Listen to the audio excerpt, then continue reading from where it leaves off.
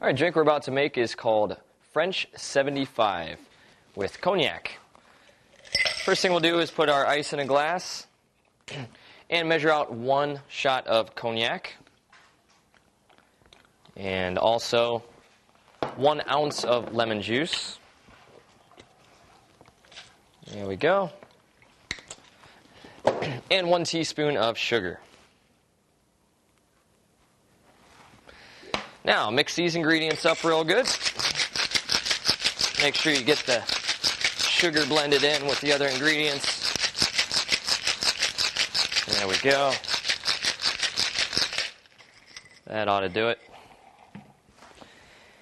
And get a champagne flute. Go and set that up and pour. Actually, we're going to strain it into a champagne flute. And last thing we'll do is top it off with some good old champagne. And pour nice and slow. It's going to fizz up pretty good. There you go. And go ahead and garnish that with a lemon twist.